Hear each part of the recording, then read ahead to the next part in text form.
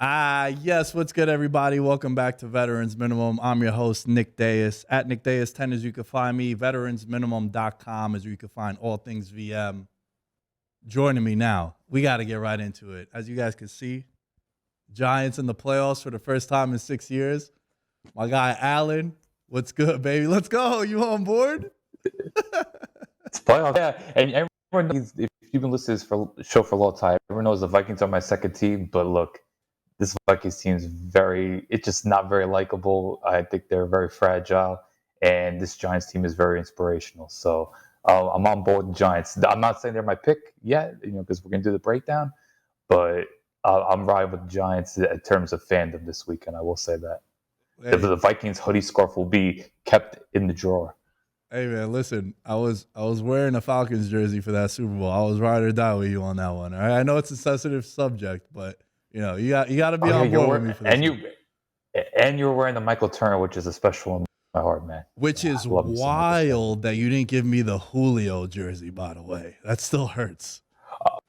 I know, but look, Joe hosted the party. He did a great job pregame. What I gave to Senegal, but looking back on it now, I'm just like, I do wish I gave it to you because you are the number one fan that does not reside in Atlanta or have any fandom allegiance to the Falcons.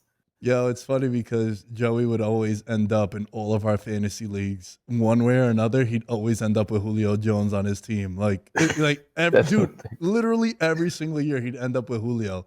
And he knew my love for Julio Jones, and he'd be like, yo, bro, you want Julio? And he'd send me fake trades with like 7 of my best players for Julio. I was like, yo, kind of thinking about it because I need Mount St. Julio. But yo, dude, anytime it's the playoffs, I always bring up this story of that time that you text me. We were texting when the Giants were playing the Packers in the playoffs, the infamous boat trip. And you were like, dude, are you hyped about the playoffs, man? It's exciting. And I was like, we're probably going to get smoked. I don't feel that good about it. And you're like, bro, stop being such a bitch, dude. Like, enjoy this, man. You're not going to get this every year. And then lo and behold, that was the last time we had a conversation about the Giants being in the playoffs. Yeah, so when it comes to just the aspect of looking back at 2016, it's like there's only 6 teams that made it, so you had to realize like you really earned it. Like now, especially with it kind of being inflated with the 7th seed, like you still should have the belief regardless because most teams earn it to make the playoffs. So I think if, regardless of who you're a fan of, I know it's kind of difficult right now if you're with Seattle or Baltimore or even Miami, but for the most part, it's like if you're a fan of a team this weekend, just embrace it, like enjoy every bit of it. And who knows, because we saw a few years ago what Tampa Bay did, winning 3 road games, albeit COVID at the time, but nevertheless, it's just, look, it's sports. You got to enjoy this when your team's successful because the trajectory, you don't know when it's like a roller coaster ride. You don't know when your team could fall off, and you never know when injuries could hit you. So, especially you this weekend, man, enjoy every bit of it.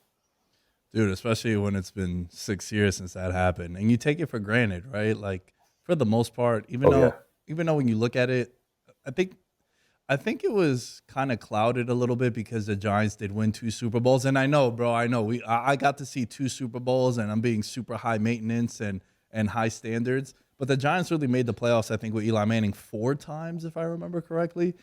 So it just felt like they were in the playoffs more because of the magnitude of winning the Super Bowl. And when they were winning games, it's like they went all the way to the Super Bowl.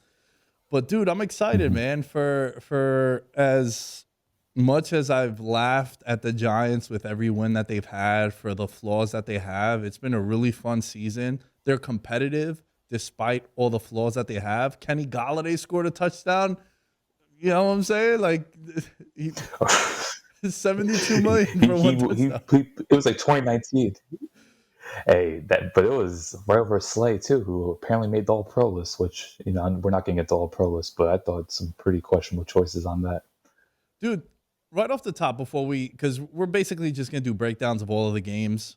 Off the top, how many teams do you think can win the Super Bowl?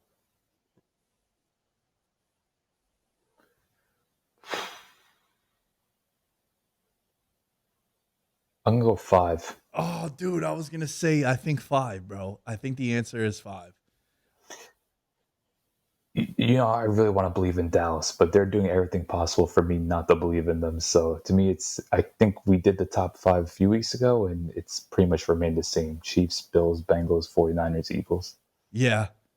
Yeah, I agree with you, man. I want to get behind the Chargers so bad. We'll get to that in a little bit, but I'm worried about Ooh. the Mike Williams thing. I'm worried about some of the people that I'm talking out here, Alan. They're like, yo, the professionals love this Jaguars number, and they've hit it pretty hard. And then Dallas, I mean, everyone knows that, but I do want to get into these games and break these downs. Can we give one quick shout? We give love to America's team. Unfortunately, not in the playoffs, but damn it, they're going to be there in 2023. The fighting Dan Campbell's. Man, that was one of the most magnificent, most inspiring performances I think I've ever seen on primetime. That second 17, the bubble screen hook and ladder, you could tell how much they practiced that, like how well executed was it, just effortlessly how they did. And then Penny Sewell just taking on multiple defenders. Like this Lions team, they're like the epitome of feistiness and just, oh man, I was very inspired by the performance, and it did bring almost brought a tear to my eyes. But like Jamal Williams said, you know, none but dog on this mug. These are gangster tears, right? You say something like that too, like, oh man, Detroit. I got to see all those. I wasted everyone's time the last month, Alan, and yours. You got validated when you're like, dude, I don't want to talk about the Packers, bro. They're not for real. Me just making it rain at the sports book with all my Packer futures being blown into pieces. But yeah, man, that was, dude. You know what? I think that's a big win for the NFL schedule makers, because I don't know exactly when it happened, Alan, but I feel like it's been within the last decade that they made Week 17, Week 18 be division games. Because the one that jumps out to me most notably was when the Giants played the Patriots in 07. I know I'm going back like, damn, bro, it's been over like 15 years now, but I remember that being Week 17, right? And the Patriots going for 16-0. But you were starting to get scenarios where teams needed to win in order to make the playoffs, and do or die scenarios. And then what would happen is it wasn't that rivalry, right? Like, these teams are going to get up to, like what the Lions said. They're like, look, either we're making the playoffs or they're not. That's what Dan Campbell said going into this game. And when they found out that they couldn't make the playoffs, like that was the model throughout the whole week. And then you saw some of the betting markets had really caught up to that, because that line kind of stayed stagnant at around 5 points throughout the whole week. But yeah, Detroit's going to be interesting, man. We were hyping up. I was going back and watching some old clips, Alan, from the stuff we were doing over the summer. And we were talking about how we really like this Lions offense. They have a lot of weapons and they could make some noise. And you got to see like the strength of that team being the offense. And you should be excited if you're in that division, like moving forward, right? The Lions fans should be excited. The Bears got the number 1 pick, and it seems like they got their quarterback. So, if you're the Bears, you could probably get a fortune if someone falls in love with one of these quarterbacks in the draft, and you have all that cap space too. So the NFC North, I think, is going to look really different over the next couple of years, especially what happens with Rodgers. But we'll talk about that at another time. Yeah, let's not forget to have a top 5 pick as well. That Stafford trade. Yeah. That's worked very nicely for them. Ooh, that's right. That's right. But let's talk about the here and now, man. We got the playoffs. Yeah. We'll go and what's up? I just want with the seedings, because we also Pittsburgh briefly, like looking at these matchups, do you wish Detroit and Pittsburgh were in over Miami and Seattle? I do wish Pittsburgh was in because of Tua being out. Mm-hmm. I thought it would have been really interesting if Tua played. I was on the pod on Monday with Kenny. Shouts to Kenny Bets Big. And he said that he thinks Tua might play. And I'm like, bro, there's no way Tua is playing in this game. And it would have been, dude, if God forbid something bad happened to him, Allen, out there, 3 concussions in 10 weeks, bro.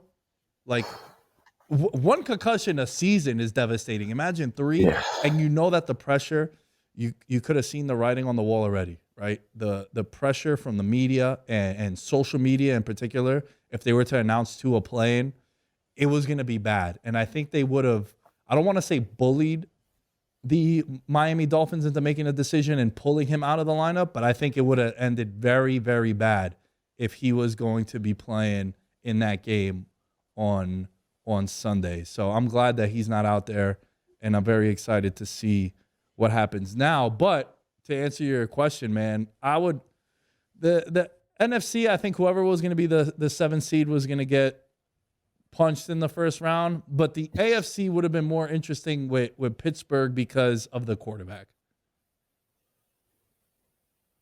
Oh, you're that much of a believer in Pickett? Well, as opposed to Skylar Thompson, who's going out there, yeah, Oh yeah, yeah. That's what I'm saying. Like at least you would have the quarterback in place, and I think Pickett's going to be interesting, man. Him and Pickens already have like a great rapport between the two of them, and they got some playmakers on defense, and yeah, it would have been only because Tua is out. That's the only reason why I say that. Other than that, I understood. I would have went Tua in Miami, but let's open up with a 7 seed, like you mentioned. We got the Seattle Seahawks going into San Francisco. They are currently a 10-point favorite, the San Francisco 49ers. I got some stats for you, Alan. 49ers rookie quarterback, 6-0. They have scored 33 or more points in 5 of the 6 games. Their only under 33 points was the Thursday Night Football game where they beat the Seahawks 21-13. The Seahawks are kind of stumbling into the playoffs. They're 3-3 in their last 6, scoring about 20 points a game. And you're going to be hearing this a lot, Alan. This is one of 3 matchups this weekend that feature a trilogy in the season. And in this scenario here, it's the only one of the 3 that the matchup has been dominated by one side, right? The Niners are 2-0 against the Seahawks with an average margin of victory of 14 points in each of those first 2 games. Start us off. How are you feeling about this one? Look, Seattle's a great story, but it seems like they can't put together a complete performance like the past month. Like Geno's a little rattled. I think Lockett injury has kind of made it dynamic. And then the defense, you're starting to see those flaws. Like they have a great rookie class, but I think some of those rookies have hit the wall. Like you look at Abe Lucas, like on Charles Cross, the tackles, like they're struggling in pass protection. Like if you watch that Rams game, they did not look good at all, and I didn't think they looked that good against the Jets either. So, yeah, you don't want to doubt Pete Carroll, and I think Geno's put together a commendable season, but it's just nothing's really flowing for them right now, and they're playing a team that's just totally dialed in on both sides of the ball. That just got back one of the most dangerous playmakers in the league in Debo. So, to me, this is a total mismatch, and it's hard to get too amped up for this, even though it is cool to see Seattle in it, and look, St. Fran's must-see TV. There's an interesting narrative in this one. Actually, both of the Saturday games have the same kind of narrative going into it. It's a clash of firsts. Both the Niners, Seahawks, and the Jaguars and Chargers are featuring quarterbacks making their playoff debuts. And rookie QBs are 2-10 since 2011 when starting or playing a full playoff game. The last person to win that, 11 years ago, Russell Wilson. Against Washington. Yep. That's the RG3 game. Yeah. Oh, man. Yeah. So it's interesting because you have like the funny thing about San Francisco is they're clearly the best team in the playoffs right now. Like they're my number 1 team, top to bottom. The only hesitation everyone has is the quarterback. But the quarterback is 6-0. Maybe he's not asked to do too much. And he has a plethora of weapons, offensive, defensive line. They'll probably have an advantage over everyone that they play in the playoffs, in my opinion. And you got all these skill position players. You just got Elijah Mitchell back now, so you have a little bit more of a bruiser. And then McCaffrey, and I mean, everyone's been waiting to see Debo and McCaffrey in the backfield. And then you have Ayuk, who seems to have amazing chemistry with Brock Purdy. Third downs, he just seems to be going to him. And Kittle is like the best tight end in the league with Purdy. He's just scoring touchdowns every week. So you're right, man. It's hard for us to get excited about this one. I think it's one of my favorite bets on the board. The big number isn't scaring me in San Francisco. 86% of the money is going on the money line for the Niners, which is obvious. Like I'd be shocked if the Niners don't win this game.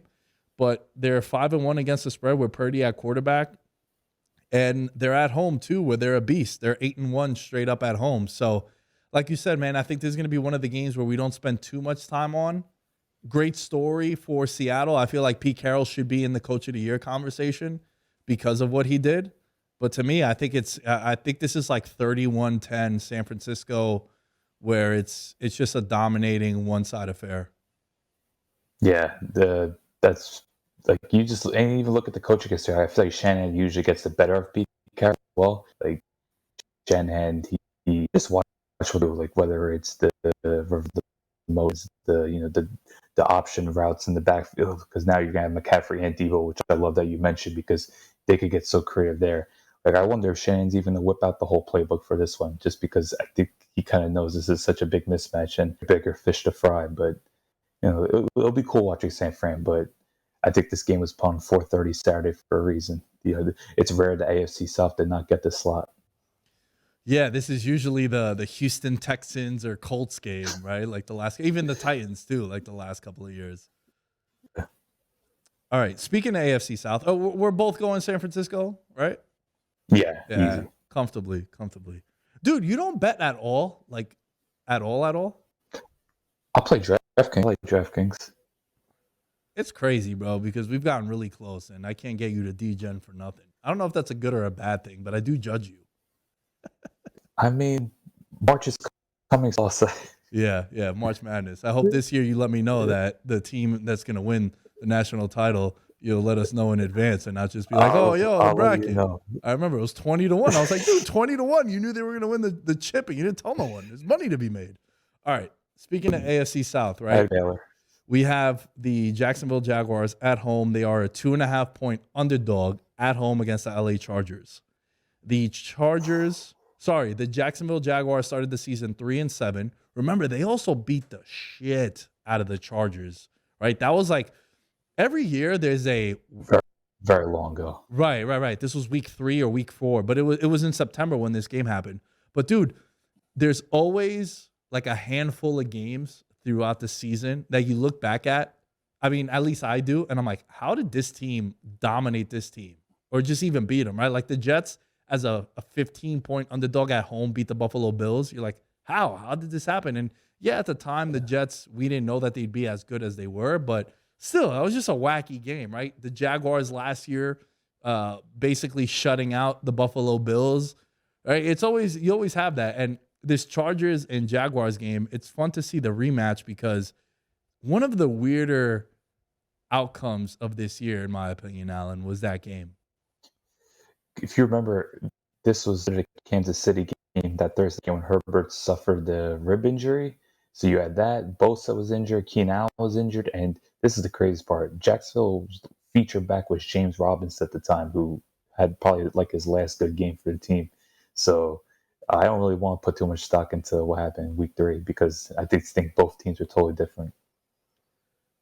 Now, the Chargers, 9 of their 10 wins have come against teams finishing the season under 500. Their only win was against the Dolphins in week 14, a 500 side. Are the Chargers a good team, or have they just floated by beating up on bad teams? That's a hell of a question. I'm still trying to determine that because like they are a good team. It's just coaching, decision making, and I think defensive fragility because they still can't stop the run. And this is the time where that just kind of gets exposed. But look, Herbert, we know how good he is at this point. I think when their offense is firing all cylinders, they're one of the more dynamic units in the league. Like, we'll talk about Mike Williams, but I still think Mike Williams is one of the most dangerous deep threats you'll see. Keenan Allen's getting into a groove. We've seen Eckler week in, week out produce. I think Everett is still a threat, even though the dropsies always seem to affect them, and then the O-line's coming together. So look, this offense is still firing, and we know the star power defensively. It's just the consistency's not been there, and that's why, look, they're 5 seed and deserve it, but there's a reason why people are so pessimistic. Yeah, it's interesting, man, because the Chargers really could go toe-to-toe with anyone in the league because they have the quarterback in that offense. When it's firing, it's so deadly. And they have Bosa back. They have Derwin James back. And the thing is that I still don't trust them. Like that Chargers are going to Chargers thing that shouts to Kenny King and some of Raider Nation, they like to expose the Chargers for being frauds. And it's going to be fascinating because, dude, they check a lot of the boxes for a team that I really, really want to get behind now. They got guys healthy. I know Mike Williams is a little banged up, but I ultimately think Allen, I know it's Wednesday, he didn't practice. I think he suits up. It's just a fascinating matchup because the strength for the Jaguars also is to pressure the quarterback. They're fourth in both hurries and QB pressures. But then you have Justin Herbert, who has the most pressure throws in the entire NFL and has the highest pressure completion percentage in the NFL.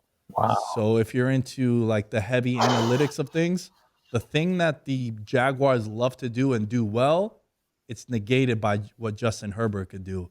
And man, when he's on, like there are not many like he's in that conversation with those guys when he's on. And I think you'll be able to tell very quickly, Allen, if he's on, what kind of game this is going to be. Yeah, and let's also mention two factors. You have, besides McCaffrey, the best check-down option, pass-catching back of the league in Eckler, and then you have one of the most reliable possession receivers in Keenan Allen. So to negate the 5-6-man blitzes, Herbert has no problem getting the ball out to both security blankets that, they could do wonders after a catch. So, that is probably a huge benefit to the Chargers. One last thing about the Jaguars. Do you think I didn't like how they looked against the Titans? I think they got very lucky against Tennessee in a big spot. It was a playoff game, right? So that was a playoff game for them. Yeah. They were at home. And, dude, they got really lucky with the turnover on Dobbs. And then Dobbs, I remember watching that game with my buddy Jeremiah, and he was just saying, dude, it's coming. It's like he's going to make a mistake, whether it's going to be a strip sack fumble or he's going to throw it into. It's just going to happen. It just felt like that kind of game. And I'm a little concerned, man. I don't want to say that moment was too bright. Now it's the biggest spot that you could be in right now for this young team. I do think there's a massive coaching advantage for the Jaguars in this game, though. Okay, I could agree with that. I just think also keep in mind the Jaguars, they're way ahead of schedule, and we'll talk about the Giants soon enough. But like these teams, let's monitor our expectations. Yeah, they've looked good. They've had a couple of huge shining wins that we're definitely going to be excited about. But look, this Jaguars roster is still a work in progress. And yeah, it's disappointing Lawrence missed about 3 throws that could have definitely made this a double-digit game looking back on it. Like there's some uncharacteristic mistakes on his part. And I think that secondary is still a little, like, it doesn't add much. Like I think you could really get that secondary. So look, Jacksonville, I think let's temper expectations. It's a work in progress. Who do you got in this game? This is probably the second hardest game to call. I'm going to go with the Chargers just because I trust them more, which I know is very bizarre to say. But I think getting Bosa back is such a huge advantage because with Bosa and Mack, you could get at Jacksonville's O-line. Their O-line is average at best. And I just think with their array of playmakers with Eckler, Williams, and Allen, I just think the Chargers have too much firepower. So I'm going to go with them, even though coaching wise, I am a little concerned because, like you said, Staley, Lombardi, I can never trust them. And look, Doug Pearson always has 4 or 5 tricks up his sleeve, and I could see Etienne exploding in this one. He is someone that it wouldn't surprise me if he had like 150 total yards. Teams that won the regular season matchup cover and win close to 70% of the time when they meet in the playoffs in that same season. So it's not really an outlier if the team pulls the surprise win in the regular season. They tend to win again in the playoffs. To me, heart and brain both say the Chargers. Heart and brain both say I might be very disappointed come Saturday. I think this is the game I'm having the most trouble with. Like, full transparency, I'm not betting it. Everyone knows I'm financially invested in the Chargers from August. I would probably bet them money line than I would on the spread. I think the -2.5 is super duper wacky, and I feel like they're just baiting you and they want you to take either direction. So to me, I think the Chargers win this game. I'm setting myself up for disappointment, as I will in a game we'll get to in just a little bit. But I also think, bro, like, I don't know if you do this, dude, when you're trying to make predictions. Do you also pick with your heart as far as what you want to see later down the road? Like, Chargers-Chiefs would be such a better matchup and more realistic that the Chiefs can lose, as opposed to, like, bro, if the Jaguars beat the Chargers, it's probably they're a 9-point underdog going into Kansas City. Whereas if the Chargers beat the Jaguars, it's probably a 3.5 4-point spread. And it's like a closer game. And we've always said Chargers Chiefs is such a banger of a matchup. Like, it would just be more fun. As the pure football fan that I am, I would rather see Chargers Chiefs. So I am rooting for that. And that's what I think happens on Saturday, Alan. I'm picking objectively, but I couldn't agree more when it comes to that matchup. Like, we've seen the Chargers twice this year and in previous years. Like, they will take it to Kansas City. Like, they, for whatever reason, they just, they elevate their game, but they also tend to have a really good game plan. Because, look, we could criticize Staley, but look, that defense has turned around recently, and he didn't get this job for no reason. Like, he did a great job with the Rams. So I'm hoping, with his coverage disguises, his blitz schemes, he could get this Jacksonville offense, because but there's still, like, even though Jacksonville's played well, like, they still don't really have a number one receiver, and they don't really have a guy that can stretch the field. So there's real limitations what Jacksonville can do. They're ultimately relying on Trevor's arm and Doug Pearson's brilliance, and I don't think you could get away with that come playoff time. So I definitely am objectively going with the Chargers, and yes, absolutely, the heart wants to see Mahomes Herbert 3. The Miami Dolphins opened up as a 10-point underdog. Some reports came out that Tua might be playing. This is earlier in the week. Dropped down to -9 in some places. Now it's back up to 13.5 at the time of recording because Tua got ruled out. The Bills are at home. Bills Mafia is going to be wild. It is a 1 o'clock Eastern time game. This is a 1-1 on the scoreboard for this series. As we mentioned before, this is the second of 3 matchups in the wildcard round that feature a trilogy as we head into the playoffs. No Tua, I think this game is ugly.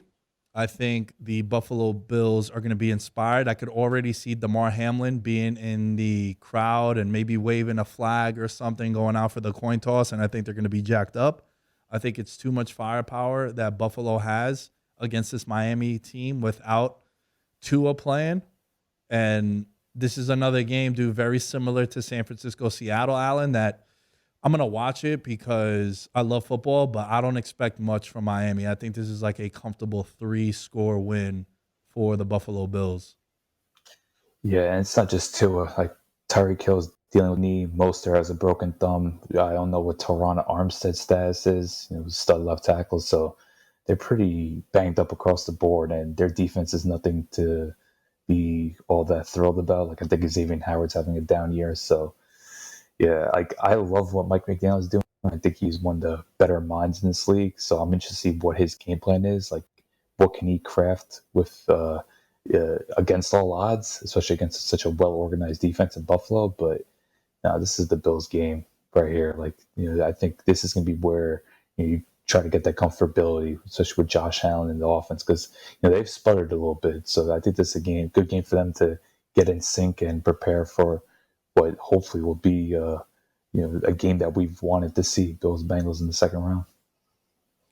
Yeah, man, it's just too much. It's too much. It's unfortunate for Miami. Like, their season was so wacky, bro. Like, they start out 3-0, they go 3-3, then they win 5 in a row, then they drop 5 in a row.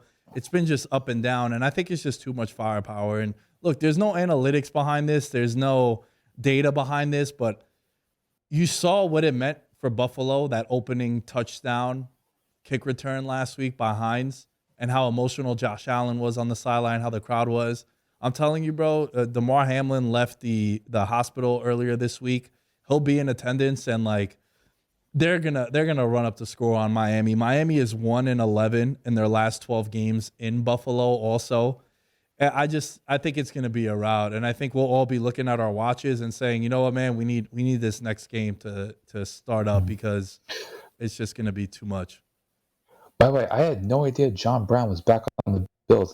Josh Allen threw that beautiful deep ball outside the pocket. Did you know John Brown was back?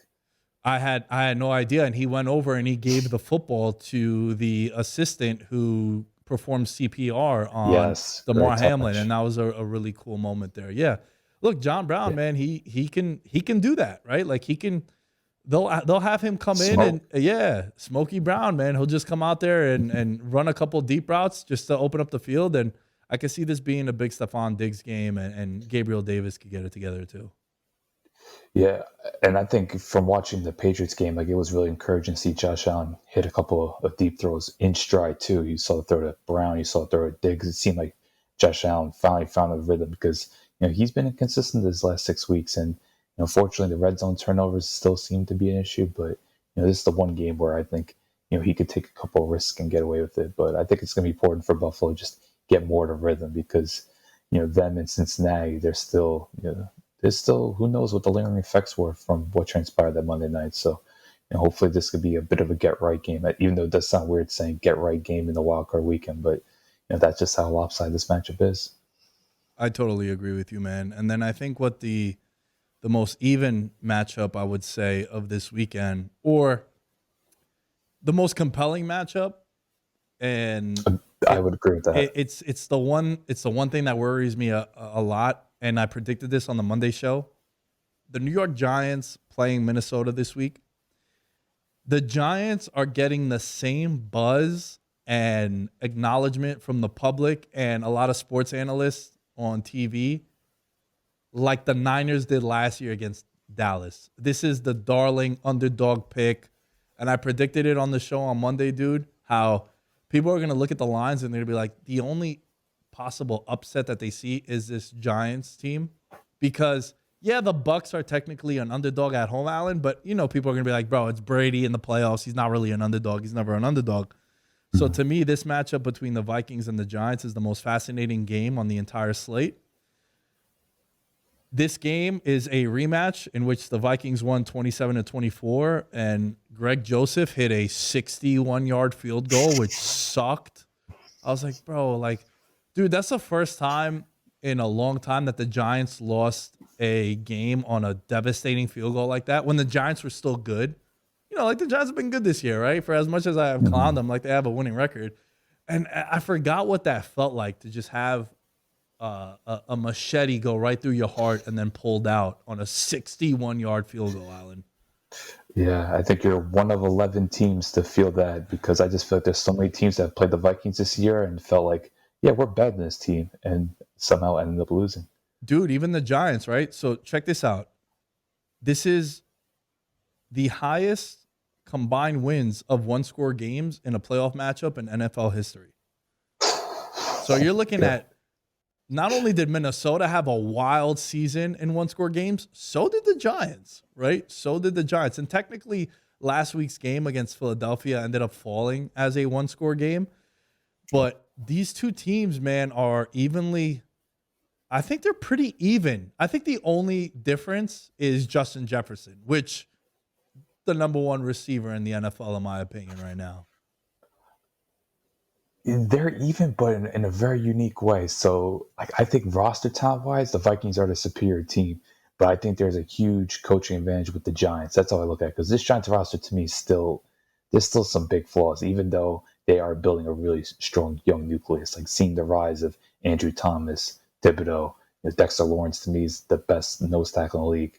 So we're seeing that. I think Dory Jackson's had a pretty strong year. So there's players emerging with the Giants. It's just, I do think Minnesota's built a relatively good roster. It's just, they have their flaws as well, and I'm not sure about the coaching staff. So, this is an even game, but I do think roster-wise, you have to give the advantage to Minnesota, but coaching, the Giants make up for it because, I don't think there's many better coaching staffs than Giants. Dude, how about this? I'll one-up you right now. Giants have the best coaching staff in the NFC right now in the playoffs.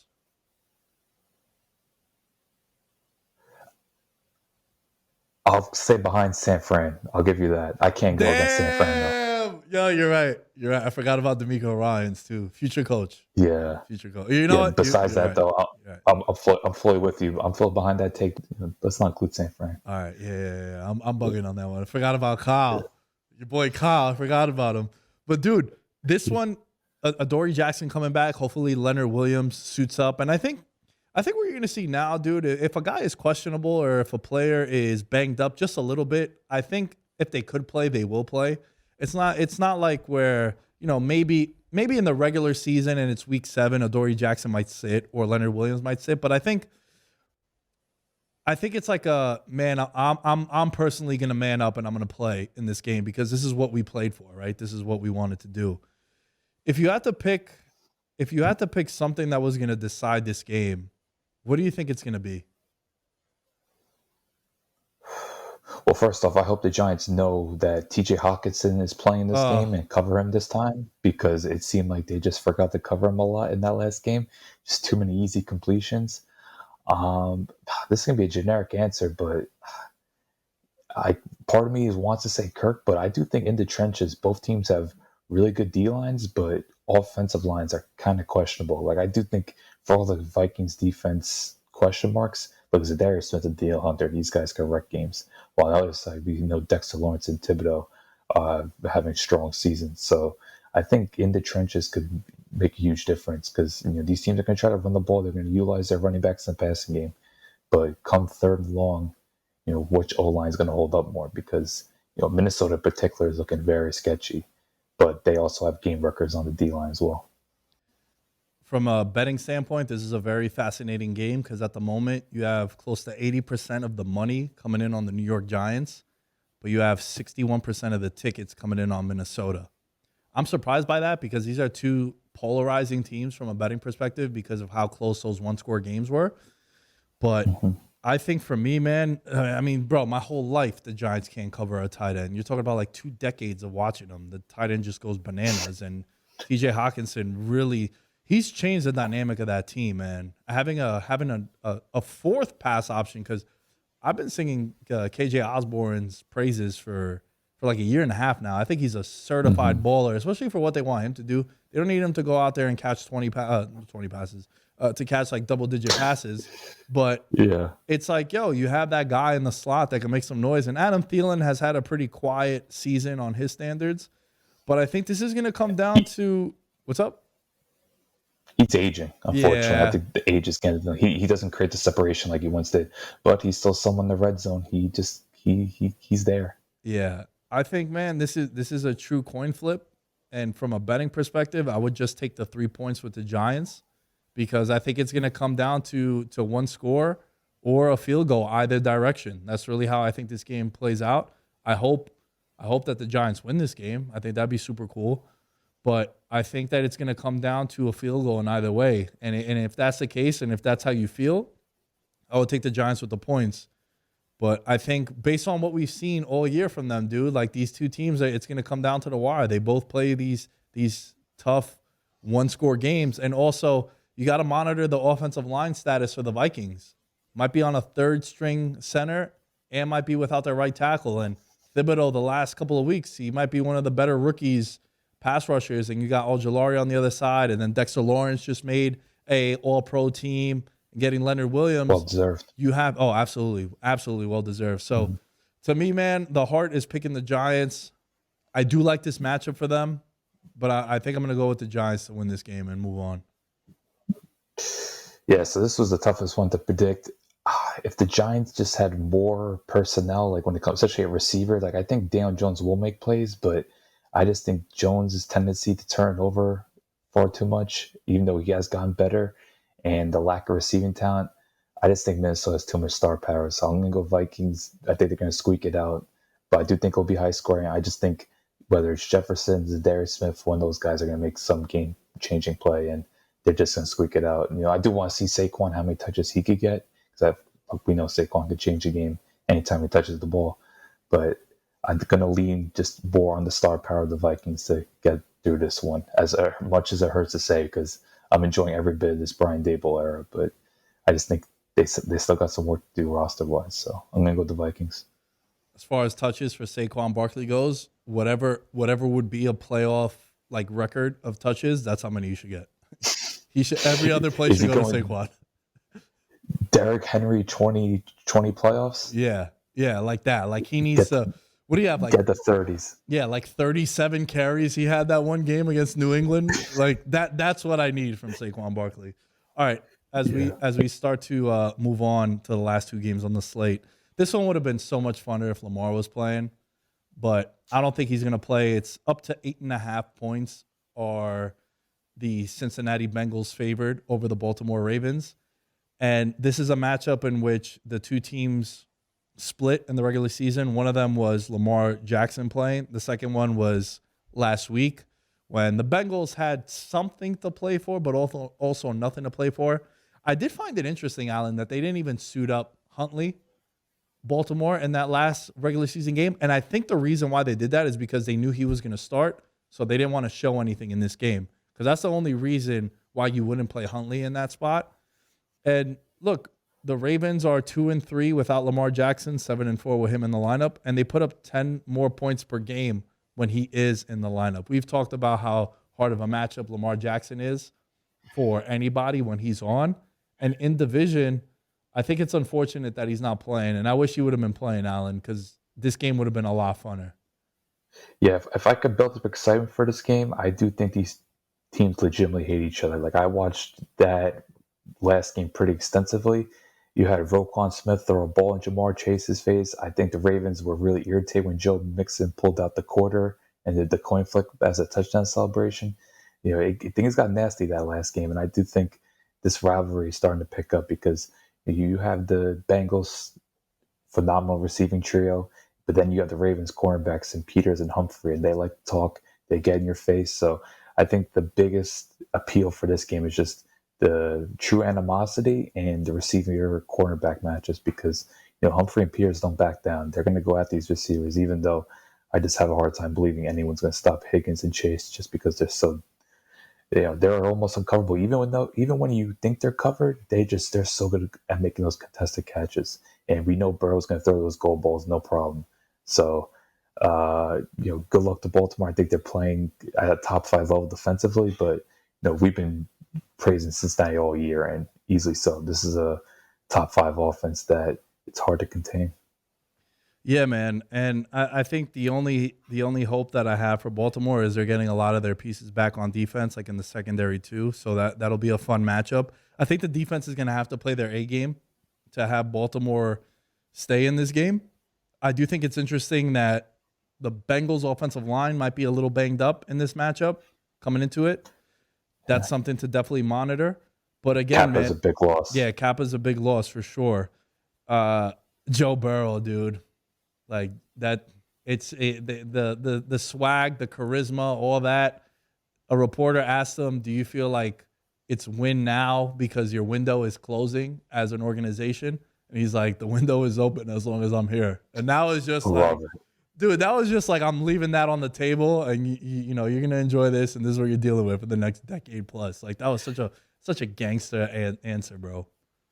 He doesn't miss. Yeah. You know, just to use that quote. He when does he ever miss, man? He just delivers. Doesn't matter if he's on the microphone, on the field, doing commercials with Kid Cudi. Like, he doesn't miss. Baltimore loses this one? Yeah, like they're gonna have to run the ball a lot to win this. Maybe get those timely third down conversions with Mark Andrews. Like, they gotta make it ugly, but it's hard to make it ugly against this Cincinnati team. I do want to acknowledge, though, I think Roquan Smith has made a huge difference. I think looking back on it, this will probably go down as one of the best trades, not even midseason trades, just trades period in the last decade. Like, he's really elevated that defense. But look, this Cincinnati offense, they're going to score at least 24 points, and I just don't see how Baltimore gets to 20 points with Huntley playing. Yeah, and I was doing this as you were talking, bro, because he got paid $100 million.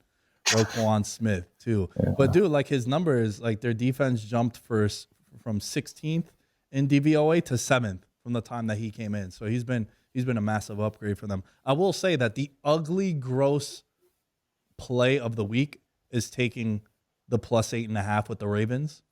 That's actually a bet that I've made already, +8.5, because it is the third matchup. It is in the division. Like you said, there's a lot of hostility between the two sides.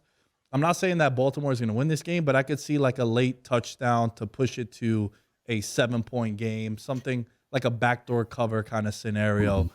But it's one that's, you know, it's super uncomfortable, bro. If you walk up to the window and you're like, "Hey, can I get the Ravens +8.5?" But the more I look at it and the more I talk to people and they're like, "Yo, Bengals are a lock. It's a free bet." I'm like, The more I like Baltimore, man. It's not always pretty. A lot of times it's ugly, but sometimes that's the right size. So I'm on the Ravens plus 8.5, but I do think we get Bengals and Bills in a rematch of a game that we're gonna remember for a long, long time from earlier this year. Bucks, last game on the menu. Bucks and Oh, here we Cowboys. go.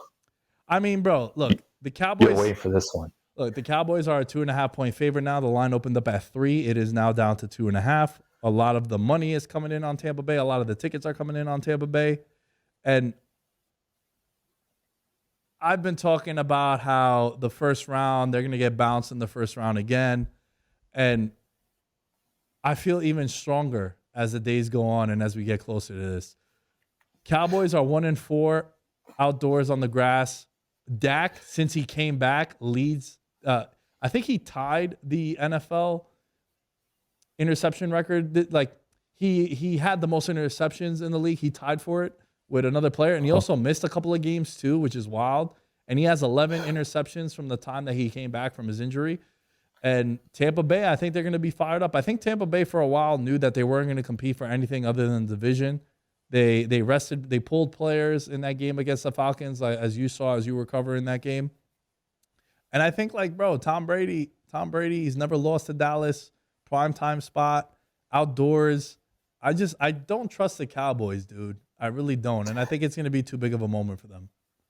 I like that you mentioned the statistic on grass. I don't know how you found out that stat, but I found out through Jason Garrett on NBC. Me too. Props to Me too. Okay, so Yeah. Hey, man, people can make fun of Jason Garrett. That was a hell of a stat because it does matter because you look at the edge rushers, like their get off, whether it be Lawrence or Parsons or even Dante Fowler, like it matters going from turf to grass. You look at the timing because Dallas's offense is all about timing. Like you watch their passing game.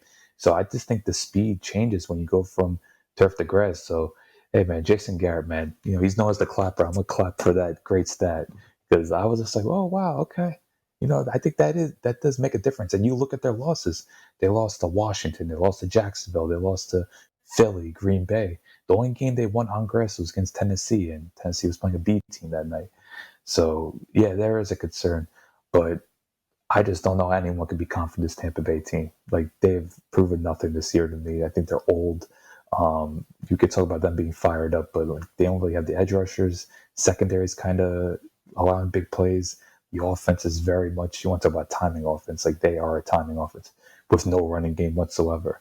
So I just think their lack of speed and you just see even their star players aren't quite the same. Like, I know Evans just had the big game, but he was going up against backups against Carolina. Like, I'm not encouraged. Like, this is a pretty ugly matchup, but it is very fascinating just because, both these teams have star power and they have the coaching staffs that make you want to put your head through a wall. I think for me, it comes down to trust. And I just trust Tampa Bay and Brady to figure it out. And I think their defense is trust Todd Bowles. You trust Brian Leftwich. Yeah, I trust the quarterback more than anything. All right, man. Like, with Brady, it's like, okay, you could trust him, but it just comes a time like, oh, man, like Tampa Bay is such a frustrating watch. Like, they'll run it on second and long, and like, how many more times do you have to run up the middle with Leonard Fournette to realize you just don't have a running game? Yeah. But on the flip side, do you trust Dallas's coaching staff? I trust Dan Quinn. Dan Quinn. Another playoff game against Tom Brady. Hopefully it goes well this time. I had to make that right. But no, I will say though, Kellen Moore, I never got it with Kellen Moore. Like, to me, he calls a game like it's a video game. Like, he doesn't know when to exploit a weakness and keep going with it. He always tries to mix it up. It's just like there's times where just like keep going to CeeDee Lamb in the slot or keep utilizing Tony Pollard as a pass catcher.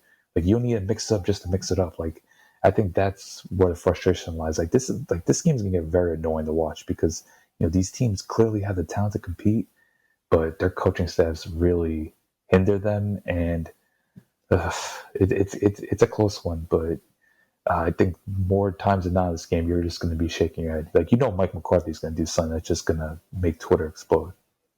Yeah. Between that and how Dak Prescott has been playing, I feel very confident that Tampa Bay wins by double digits. I have no faith. Yeah, I have no faith in Dallas, and I think they get sent home packing. And I think if it ends ugly, bro, I think McCarthy gets let go too, despite the season that he's had. Like, I'm talking about like You're gonna see. if it's catastrophic and they lose by 2 touchdowns and he has like a crazy time management issue at the end of the first half, like you said, and Twitter's going bananas. Jerry Jones is gonna have to answer about that. And if the offense is just completely inept, I think it could be something where, yeah, sure, you won 12 games, congrats, but you end up getting bounced in the first round like that, and it's also national. This is the Monday night game, right? So this is Monday Night Football. Aikman's on the call. Aikman's on the call, and he holds no remorse when it comes to that kind of stuff. So, yeah, man, I just look. I don't like how Dallas has been playing. I know Tampa Bay isn't exactly firing on all cylinders, but they're at home, and I've been talking about Dallas losing in the first round since November, and I'm not going to back down now, especially with how they're playing coming into this one. So this is either going to age greatly because I'm going to resurface these clips that I've been saying from back in November, or it's going to be like one of those things where it's like, is this you? Is this you, clown? So we'll see, man. But I think Tampa Bay wins by 2 touchdowns. So you would advise Sean Payton 2 a.m. keep your phone on. You're probably gonna get a phone call. Yeah. Yeah, right. That's been the I know we floated around the LA Chargers and we floated around a couple other teams, but I think the one that everyone was expecting is like, all right, man, McCarthy's just keeping the seat warm until Sean Payton comes on in. It's just so disappointing though, because like for the first 3 months they really look like a Super Bowl contender. Like Dallas put together so many good games. Like defensively, they look like arguably the best in the league, and now they're allowing Sam Howell and Dobbs to put together functional performances, and Dak's turned the ball over a lot. So it's really unfortunate how Dallas went from like one of these truly terrifying teams that could beat you in so many ways to you just don't know what to expect at this point. But look, man, I'm gonna bank on Parsons having a huge game. CD Lamb, Tony Pollard, I think those guys could still break open a game. I think Dan Quinn's gonna bring some funky stuff for Brady, and I just look Bowles and Leftwich. They are so uninspiring as a duo. If Bruce Arians was coaching this game, I think I would consider Tampa, but no, I'm still going to bank on Dallas, and I'm confident doing it too. I'm going with the Cowboys. All right, we'll see. It should be fun. That's the big one between us. That's the big one between us. I know we're different on Vikings Giants, but that's slightly like to me. You're fully on Tampa. I'm fully on Dallas because I'm just sick of Tampa, and I just think Dallas, they're too good to get bounced again. It can't happen. Until proven otherwise, that's where we're going, baby. That's where we're going. I want to just recap real quick. I got the Niners covering comfortably. I got the Ravens plus 8.5. It's the ugly play of the week, but that's the one that I'm going with. Like the number, not the team. I got the Bills minus 13. Chargers minus 2, though I'm not betting it. It's just what my pick would be.